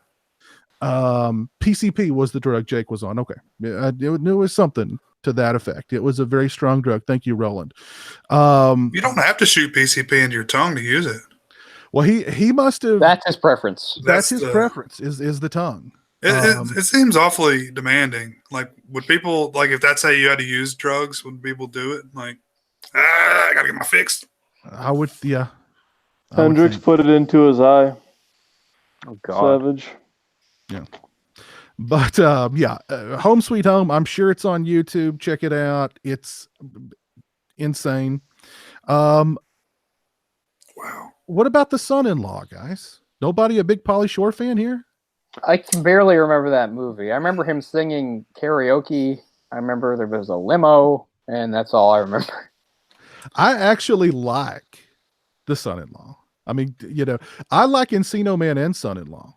This was on the heels of Encino Man, so Pauly Shore was like huge. Pauly right? Shore was, he was the man at the time. Believe it or not, there was a point in time where Pauly Shore was like big business. He was wheezing the juice. He was wheezing the juice big time. He was all over MTV. He was like a stand-up comedian selling out, huge shows. Then he jumped over to movies, and he had a couple of good movies. And of course, then it derailed in a huge way. I mean, 1993 was the best year ever, as far as I'm concerned. Objectively, 1993 was the best year of all time, and Son of Law came out in '93. So that was the year of Wheeze and the Juice with the Wheeze. Comedy was at its apex in 1993. You got a young, beautiful Carla Gugino in there. You've got I like how the guy who directed its name was Steve Rash. That's a great name. Mm-hmm. Yeah. He went on to great success by directing 2 of the Bring It On sequels. Oh, yes. Oh, wow. Yes. Great film. Also, you want to ruin your Thanksgiving too. Open up another tab. Obviously don't close this one. And while you're at it, go to Patreon /Pizzelle. Fuck a month club, I agree. But you want to see something that's just fucking sad and pathetic, worse than my face. Go to Pauly Shore's YouTube channel. And he's like, hey guys, can remember I was in movies and watch it with your family, and then His brain is fried by now, I guess. And it's great. So like he's stuck in like the 90s, and I just feel bad for him. But in the army now. I'd also like to point out that Stan Lee has an awesome YouTube channel, and people have no excuse for not watching it because there's all sorts of very interesting, different stuff on it. I assume it'll still be around. Interesting. There's one other Thanksgiving horror movie that I wanted to mention. I saw a bunch of people in the chat mention a movie called Thanksgilling. Yeah. I wanted to sit down and watch that this week. I just did not have the time. But there is a. Go ahead, Stingray. It's not a very good movie. It's really cheesy and hokey, but has a killer turkey in it. I mean, I've seen the best Thanksgiving movie never made, which was Thanksgiving, which was one of the trailers for Grindhouse. Remember? Yes, right. Yep. Right there it is. Yeah. So that's like the best Thanksgiving movie never made. That's yeah. Unfortunately, I mean, honestly, wouldn't it have been better than like Machete? Well, here's the thing. That's like the only movie people want Eli Roth to make. He won't make. And the only movie I ever wanted Rob Zombie to make was Werewolf Woman of the SS. Would watch that. That's what he should be doing. And it's called Christie. Christie. It takes place at this college campus, and while everybody's gone home for Thanksgiving, one girl stays behind. This group of insane killers show up, and they're stalking her, and they call everybody Christie, or I don't know. I don't know, but it's not like the best movie ever. But I recall it being pretty solid. Yeah, I liked it. I had forgotten it took place during Thanksgiving. Yeah. Apparently a whole bunch of movies have taken place around Thanksgiving. You just don't really call them that. Like Addams Family Values. Addams Family Values, yep. Really? That piece of shit Funny People. The Big Chill. Really? Paul Blart Mall. Apparently Paul Blart Mall Cop. I don't remember any of those you listed taking place during Thanksgiving. Power Heist. Don't they send the kids to summer camp in Addams Family Values? You've got mail. Yeah, they do. I mean, how is that during Thanksgiving? And you're right. And you're right, Orc. Beethoven is also one. Damn straight it is, motherfucker. Well, I think Addams Family is because remember she's dressed up as a Native American and she's wearing the feather or something like that. You're right. They did do that whole thing. Yeah. I always knew it was Rocky, but Rocky 2 as well. Okay. Rocky 2 takes place over a longer period of time, though, so it's more just like Thanksgiving is there. Yeah, I'm just looking at I found a list here. Oh, here's the Thanksgiving movie I really like, The Ice Storm. That's a good movie. Yeah. Oh, yeah. Yeah, I forgot about that. Yeah. The Ang Lee movie. Yeah. I should have remembered that because that's a movie I actually like. But yeah, that's when I think of The Ice Storm, I always think of Elijah Wood's death in that movie. Yeah, me too. Very memorable. Who else was in that? Was it Jake Gyllenhaal or someone? Another. A good question. Who else was in that? Or like Tobey Maguire. Tobey No, Maguire. that's it. That's it. Yeah. It's kind of weird in retrospect to think of a movie that contained both Tobey Maguire and Elijah Wood. It almost seems redundant. But, you know, Sigourney Weaver and Kevin Kline. I was thinking there was some kind of Spider-Man connection, but I was like, is Kirsten Dunst in there? Oh, all right, Tobey Maguire. Okay. Yeah, apparently Spider-Man is another one of the movies. Not even kidding. Who would send their kids to camp on Thanksgiving? The original 2002 Spider-Man movie. I think I kind of remember that. Him having like Thanksgiving dinner with Aunt May or something. Again, this is more of a list of movies that Thanksgiving just happens to happen in. Yeah, Like most of them are, you know, are not about Thanksgiving because it's just not a. Well, Here's a movie I like, Prisoners by Denis Villeneuve. That's a good movie. I didn't realize that was. I didn't realize that either. That's a good one. Now, a lot of the movies that we've mentioned are, you know, Blood Rage is on Thanksgiving. Home Sweet Home is on Thanksgiving. Christie is on Thanksgiving. The son-in-law happens. The son-in-law Thanksgiving happens during the movie. You know what I mean? It's not like the whole movie's on Thanksgiving, but so yeah. Okay, this is confusing. So yeah, there was a 2009 movie called Thanksgiving, right? Right. It says here that there's a 2012 sequel to it, but it's called Thanksgiving 3. Yeah, I was going to say I thought there were a few sequels. But there's no 2. They only made the that's. There's Thanksgiving and Thanksgiving and Thanksgiving 2. Yeah, there's no Thanksgiving 2. I'm confused. That maybe it's kind of like the situation with the Italian zombie series where there's really no zombie 2, but there's, you know what I mean, there's zombie 3, 4, so on. So. Here's something really weird. This always happens to me. So today, go ahead, Orc. What do you have against people who like who hate even numbers? Yeah. I'm prime numbers all the way. Those are the only good numbers. But no, today I was thinking about the movie Annihilation because I like that movie and I'm going to watch it again soon. And I was thinking that has that Crosby, Stills and Nash song that's really nice in it. Helplessly Hoping. So then I was thinking about music of that era, of that kind. So I was looking at Crosby, Stills and Nash, and I was looking at some other. I was looking at the band America, and then I was looking at the band, the band. Anyway, people might remember that the band did their final concert was a big documentary that was actually directed by Martin Scorsese. It's called The Last Waltz. Came out in 1978. That takes place during Thanksgiving. It just says here, so that's kind of fun. Take Happy a load off, Patty. Happy Take birthday, a load for free. The greatest Rocky moment.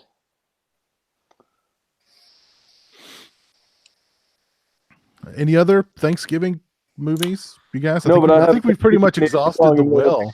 I mean, I can talk about some specials. That's what I've seen. Yeah. Carry on my Canadian son. I'm a big fan of the Peanuts specials, and I even own this. I own a collection of the Peanuts holiday specials, and I'm sad to say the Thanksgiving one pales in comparison. It sucks compared to the others. I realize that Christmas and Halloween are masterpieces, but also, I mean, even the really super depressing New Year's one from 1988 is way better than Thanksgiving. Does anybody remember the Peanuts Thanksgiving? No. It's really bland. It's really bland and shitty. It's from the 70s. It's one of the worst voice casts. The voice casts always change on this. The girl that plays Peppermint Patty's friend, I think it's Marcy. She sounds like she's a fucking toddler. She's like, "What, Charlie Brown?" Like, what the fuck? It's really lame. All it is he's supposed to go to his grandmother's for Thanksgiving, but then in a phone conversation with Peppermint Patty, who has a big crush on him, she basically invites herself over to his place for Thanksgiving. He's so dumb he can't tell her that she can't come. Then she just invites a whole bunch of other people over. So it's basically Charlie Brown has to put together a Thanksgiving dinner for a party for a bunch of people, and he and Snoopy and Woodstock do it. It's really bad. It's some of the worst voices. It's some of the worst music, which is really sad because it still has Vince Guaraldi in it. But there's this whole, there's this whole bit just to fill time because they had to fill time. So there's this whole thing of Snoopy getting the yard ready and he's trying to put together a folding chair while some shitty song plays. It's really bad and disappointing. But I can say I hadn't seen the Garfield Thanksgiving special in a long time. It's way better than I remember. Yeah. Again, it doesn't touch Christmas. It doesn't touch Halloween. but it's actually quite good. You can watch it on YouTube. It might be the funniest. It has a lot of jokes in there that are really good. It's about like basically just around Thanksgiving, he takes Garfield to the vet, and there's that vet that he always hits on, Liz, and she takes pity on him when he asks her out, so he invites her over for Thanksgiving. And I have to say, that's a pretty nice thing to do, because imagine like there's some person that you feel sorry for and annoys you and is always asking you out, so then you're just like, okay, I'll say yes, and you decide to give up your Thanksgiving, like screw my family or whatever it is I do Thanksgiving. I mean for Americans anyway, I guess. I don't know, like my Thanksgiving, if people don't know, my Thanksgiving was weeks ago, and I did nothing for it. It came, it went. I didn't eat anything. I didn't see anybody. Thanksgiving, I can take it or leave it. It's What do you stuff it's the your same turkey thing with? here. Candy? Well, I don't do anything. Is my point. I don't really. Traditionally, I don't do much in my adult life for Thanksgiving. Unless I happen to be in Cape Breton for some reason at the time, which I never am, then I could have it with my parents. My mom will still put together a meal. But again, even when I've had it then, like, it's not like we had big Thanksgivings where we invited people over and stuff. It's a lot like a lot of things that are in Canada and the U.S. We have it, but it's on a smaller scale. I think I've asked you this before. Are there any like what's a traditional Canadian Thanksgiving meal? It's all the same. It's all the same stuff. It's all the same stuff. But it's because of its timing, because it's in October and stuff. It's yours is what, like the third Thursday of November. Ours is like the second Monday of October. So for me, Thanksgiving has nothing to do with the Christmas season. Thanksgiving has it does not in any way attach itself to say Black Friday or anything like that. And I don't know. So I like Thanksgiving fine, and I guess I enjoy it when I have the time. But it's not usually that big of a deal for me personally. And even when I was a kid, it really wasn't. It was just sort of, okay, we'll eat turkey today. It wasn't like, okay, people are flying across the country to hang out. Like, I don't know. We save all the big stuff for Christmas, I suppose. We're gonna go around the table. Everyone's gonna say what they're thankful for. I've probably been involved in that at least once or twice in my life. I think I think that's unavoidable. I've never been involved in that. I don't think I've done it either. I'm thankful for turkey. I like turkey. It's good. Yeah. I have a tradition. I dress up as Andrew Jackson because that really commemorates the mood and the meme. Well, yeah, all these people who get like ultra religious and they like say what they're thankful for. It's cool if you make a video or a dank tweet. But like there's this guy TJ Kirk. He's been known as the Amazing Atheist on YouTube, and I followed him on and off throughout the years, but. He put out a tweet today that was basically summarizes everyone who lives in America, and probably a lot of Canadians too, where it's just like, we don't say anything, like my family and the people I'm Thanksgiving with, we just eat a bunch of food and then we all fucking pass out and we go into a coma. Well, and then, I assume. But I was going to say, I think Thanksgiving is a good holiday. It was invented, its origins were American. I think it's good to have a holiday for people to be thankful, because it's a good reminder that, there's a lot of, everybody has problems and bad things in their life, but it is good to take a day to be thankful for what is good. What needs to be downplayed now is the whole historical stuff, because it's just embarrassing. And that's one of the other worst parts about the Charlie Brown thing. Is while it was really cute and moving, while in the Christmas special that Linus got up and read that Bible passage about Bethlehem and all that, this time in Thanksgiving it doesn't work at all. He like starts blabbing about the Pilgrims and Miles Standish, and it's really cringy stuff. And it's just like, oh no, like let's not talk about that. That's what needs to be downplayed about Thanksgiving. Let's not talk about pilgrims. Let's not talk about stealing people's land and massacring. Let's just leave that out of Thanksgiving, because it doesn't go over well. Yes. Well, I was going to say that's one of my big traditions is I get blankets full of smallpox and I hand them out to Native Americans. Yeah, I got so much maize you wouldn't even believe it, dog. Cole, what do you hate more, fat Americans or fat Canadians? I don't know. I mean, fat Canadians, because they're the ones I have to see and deal with. Fat Americans can be as fat as they want. They're not taking up space up here. Ooh, but we're passing gas and we're killing the ozone layer. Yeah, that is true. So let me ask you this: back to Garfield. Right. That's like the same animation as Garfield and Friends, right? It looks the same and the same voices too. So was that was done prior? Yeah, that was 89. and Christmas is from 87. I think Christmas and Halloween were both 87. So what year would the show start? Like 90? That sounds about right. Yeah. I'm still a big fan of that show. It was a good show. The specials are probably better because the show, eventually kind of runs out of things. But the show's fun just for its crazy wackiness, right? It just had sheer lunacy. I mean, I hated the stupid barn creatures. I hated them. I just liked the Garfield stuff. Well, that was it used to be called Orson's Farm, then it became American Acres or something like that. But yeah, that wasn't good. No, that wasn't good. Just the Garfield stuff. But yeah, Garfield and Friends. But yeah, it was a good show. That's another example of one of my, speaking of Kevin Conroy and Mark Hamill, Lorenzo Music or whatever his name was, is the perfect Garfield. Man, he nailed it. Love that voice for Garfield. Just a great, great voice. And just a great dry delivery. Really well done. Cool. So, yeah, I'd say the Garfield special is way better than I remembered it. It actually might even be the funniest. It has some really good jokes in there.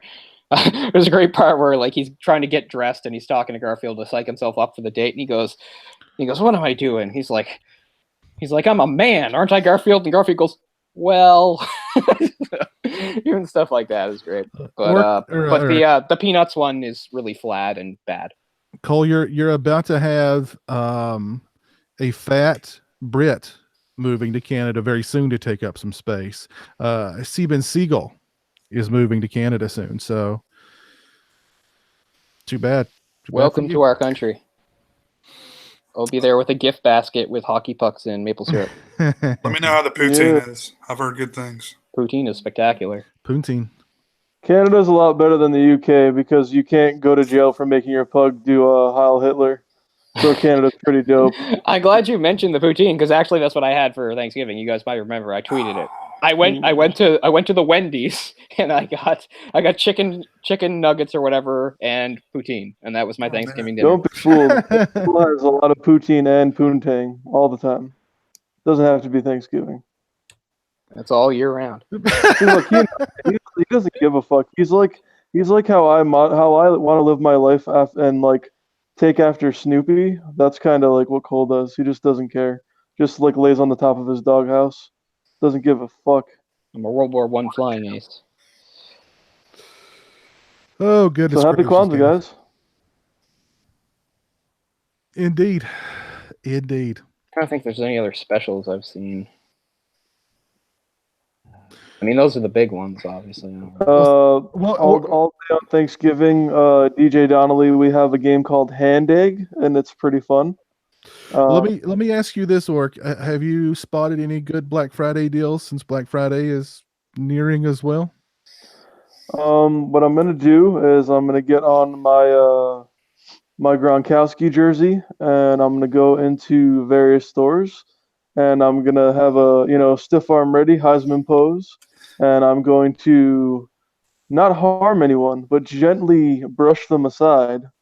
And rummage through the $2 and $4 DVDs and Blu-rays, and then I'll see what game. I'm looking at the sports games this year because Red Dead, Rockstar wants to make as much money as possible, like you said in your video. So I'll be looking at basketball, football, and hockey because those are all about 30 a piece. Seeing if they're cheaper, seeing if they're more. And I was gonna try and get a Switch for the new Smash, but I really don't have 300, and Nintendo just doesn't budge on their prices. They're like Apple. But I like Nintendo way better as a company. But yeah. It's gone down about $20 here. When I bought mine, the price was $3.99 Canadian, which tax would be $4.59. By the way, I didn't pay that because I used my Shoppers Optimum points. I got $170 off. Now instead of $3.99 here, it's $3.79. That's their idea of a big price drop. So, but seriously, if you're on the fence about getting an Xbox One or a PS4, the hard drives are both a terabyte big. They both come with a game, and they're only $200, which you may go, well, Orc, I'm not made of money. But let's say that was your only thing you bought that was big the whole entire year. It's well worth it. Well worth it. I think, I don't know what Xbox comes with. I think Minecraft, and there's probably another bundle, but the PS4 comes with a 1 terabit hard drive, and then it's got Spider-Man, which everyone who I've talked to who's played it has loved it. So... yeah, I'm eventually going to get that. I'm certainly going to get that before Red Dead, which, I mean, I'm sure I'll play eventually too, but Spider-Man's a bigger priority. Also, another thing is Xbox Live and PSN They're not as good as Steam sales, but they're really good, and they have the gigantic sales during Christmas time. From like Christmas time up until New Year's, you can get games like Super Meat Boy, everyone's heard of, for like 99 cents. Like it's basically free. So I mean, that's Orc recommendation. That's my real talk recommendation. Okay, Get so one of those. that's Orc's real talk recommendation. I should I also mean, yeah. I should also I'm gonna- mention there's actually a second Charlie Brown Thanksgiving that's actually even worse. I forgot. It's called This Is America, Charlie Brown. It came out in 1988, I remember. and it actually is trying to tell the story of the Mayflower, and it's awful. It's also the only Charlie Brown that ever shows adults because it shows like the recreation of it. Anyway, avoid that at all costs. Isn't It's his even worse. sister like Betsy Ross or something? Somebody like does the stars on the flag. I don't know. Isn't Peppermint Patty dressed up in all white like one of those old like English women, like in the? Yeah, I think so. Linus is a Klansman. Yeah, but anyway, that one's even worse. So as bad as the 1973 Thanksgiving one is, This Is America, Charlie Brown is even worse. So avoid. Okay. Well, I think we've said it all tonight. We paid tribute to the legendary Stan Lee. We gave you guys out there some recommendations for Thanksgiving movies to watch over Thanksgiving, even a little Black Friday advice. So you can get it all here, and a lot of John Madden references. You can get it all here on the Sausage Factory. Oh, Get it all here on the Sausage Factory. Let me say some shout outs here. Dave Shaw, how you doing tonight, my friend? Left LMAO. Was Mike really fired? Who said Mike got fired? oh, I said Mike got fired. Oh, okay. Nope. Wild Man Beyond. Grace's Horses. No, Mike just needed to take some time off. He will return next month. So Mike's views did not reflect those of the Sausage Factory. He was let go without severance. Yep. And he ran out of vape, and he almost fucking lost his mind. So we had to, push myself. He will be back. Manny Gatillo, what's up? We wish him best of luck in his future endeavors. Nope. He is not a neo-Nazi, for those who might think he is. He's a great, wonderful man. Yep. Bad Intentions. Hope you're doing well. Roland 666. But Rocky Voorhees. Hope you're doing well tonight. Big Ideas 3. All you guys who tuned in tonight, thanks for tuning in. We appreciate it. We hope you guys all have a great Thanksgiving, a very safe Black Friday. Don't venture out unless you absolutely have to. Orcs Real Talk moment number 2. Jay, can I get a real That's talk? the real talk. Okay, Orcs Corner Real Talk segue into the memeology of Thanksgiving. Don't kill anyone, but since old women can't fight over iPods for their young kids anymore, and you don't have that entertainment, try and record, risk your life, but do a kind of like 007 style. And if there's iPhone 10s or XRs, hang on one second. They're $15 off though. You don't want to lose money. Okay, but if there's people fighting over iPhone 10s, please record it and send it, and I will transfer you Bitcoin. So the gauntlet has been laid down, my friend. My advice would be, if you work in retail, quit your job Wednesday, because that's bullshit. They make guys have to work. Let's go out by saying what we're thankful for, because Jerpin, thank you. Jerpin is thankful for the Sausage Factory. So, Cole, what are you thankful for? I'm thankful for over 75 years of Marvel comics, I suppose, and the impact they've had on me and the world.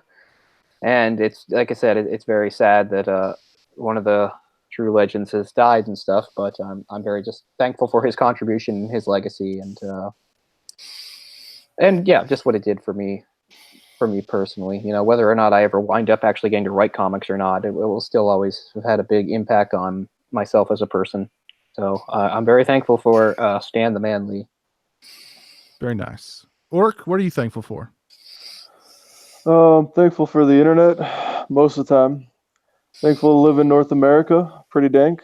And whether you're laughing at me or with me, hopefully I can make you do one of the two.